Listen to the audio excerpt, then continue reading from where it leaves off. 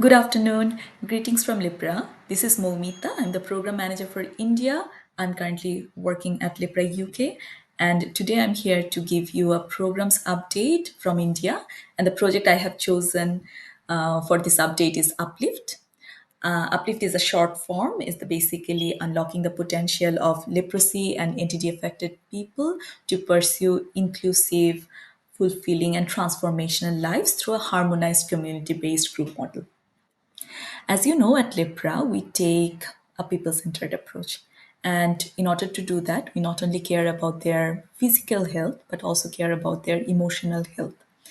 And often, that's why to provide such holistic care, we not only focus on the existing health system, but also we reach out to communities, remote communities where it is very, very difficult to reach. And how do we do that? We do that through community-based group. That's why this community-based groups model are very, very important to us. It's one of the core, it's very core to the services we provide in India, in Bangladesh, and in Bangladesh. Therefore, this Uplift project, it's a new intervention for us. It's an operational research project.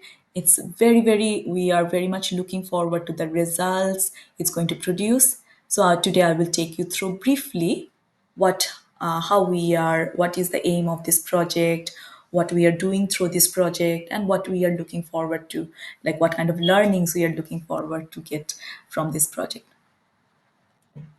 Some key information about Uplift India.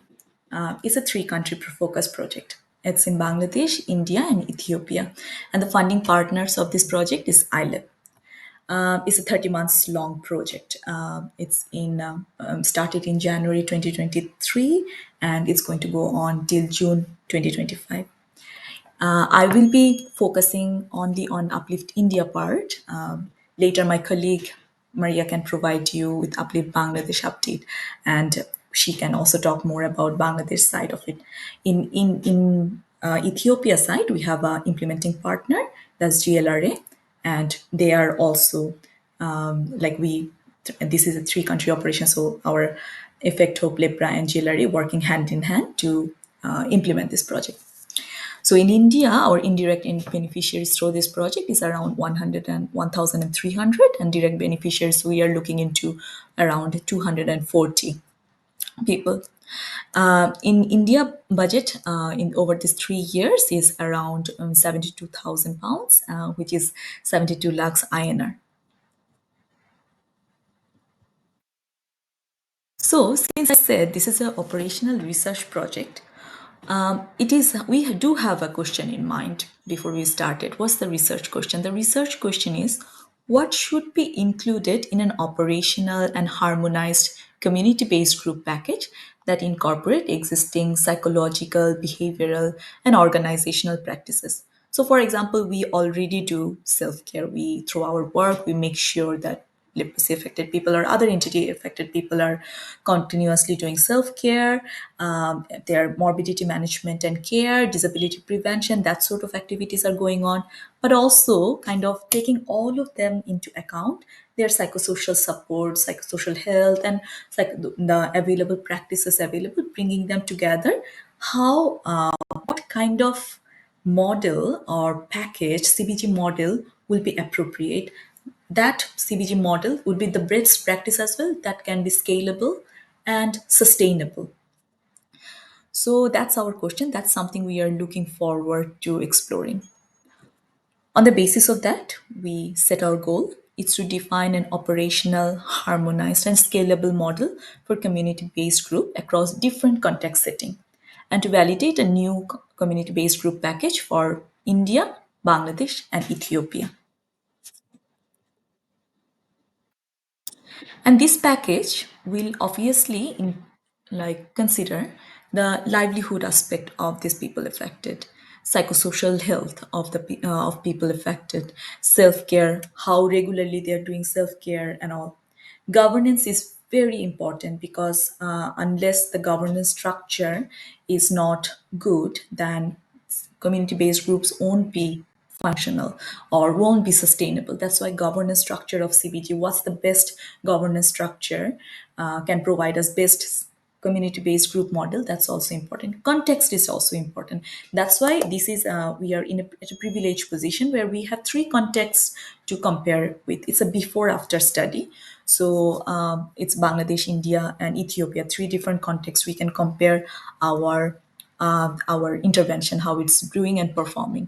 So in the before after study, pre and post study, what we are doing, we are looking at the people affected and how is their mental health, how is their psychosocial health, how is their physical health at that point before we started the intervention.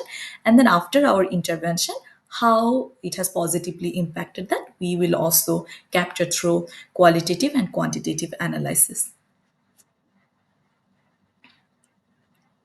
So some of the key activities, for example, in this project is we have already prepared a harmonized CBG package.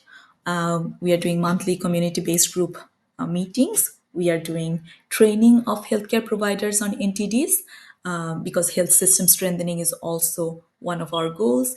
Other core activities that we always do, like active case finding, is ongoing. Morbidity management and disability prevention, that sort of activities are ongoing. We are doing training of mental health counselors on psychosocial support, and these mental health counselors is further providing training to block coordinators and peer supporters so that they can further provide this support to they can provide this support to people affected in the community. So I'll share one of the photo here. Our project officer is providing training on NTDs on NTDs in Bihar. So to other healthcare providers. So this project, once we form the best practices from this project, we know that this can be adopted to different country context. So and it can be implemented in any community affected by entities anywhere. And that's why we are very hopeful that this model will give us an engaged, self-sufficient community with a lasting impact on the burden of entities. Thank you. I hope it was helpful. And but if you have any further question, please feel free to reach out to me via email. If not, I'm looking forward to giving you another update for next quarter. Till then, bye.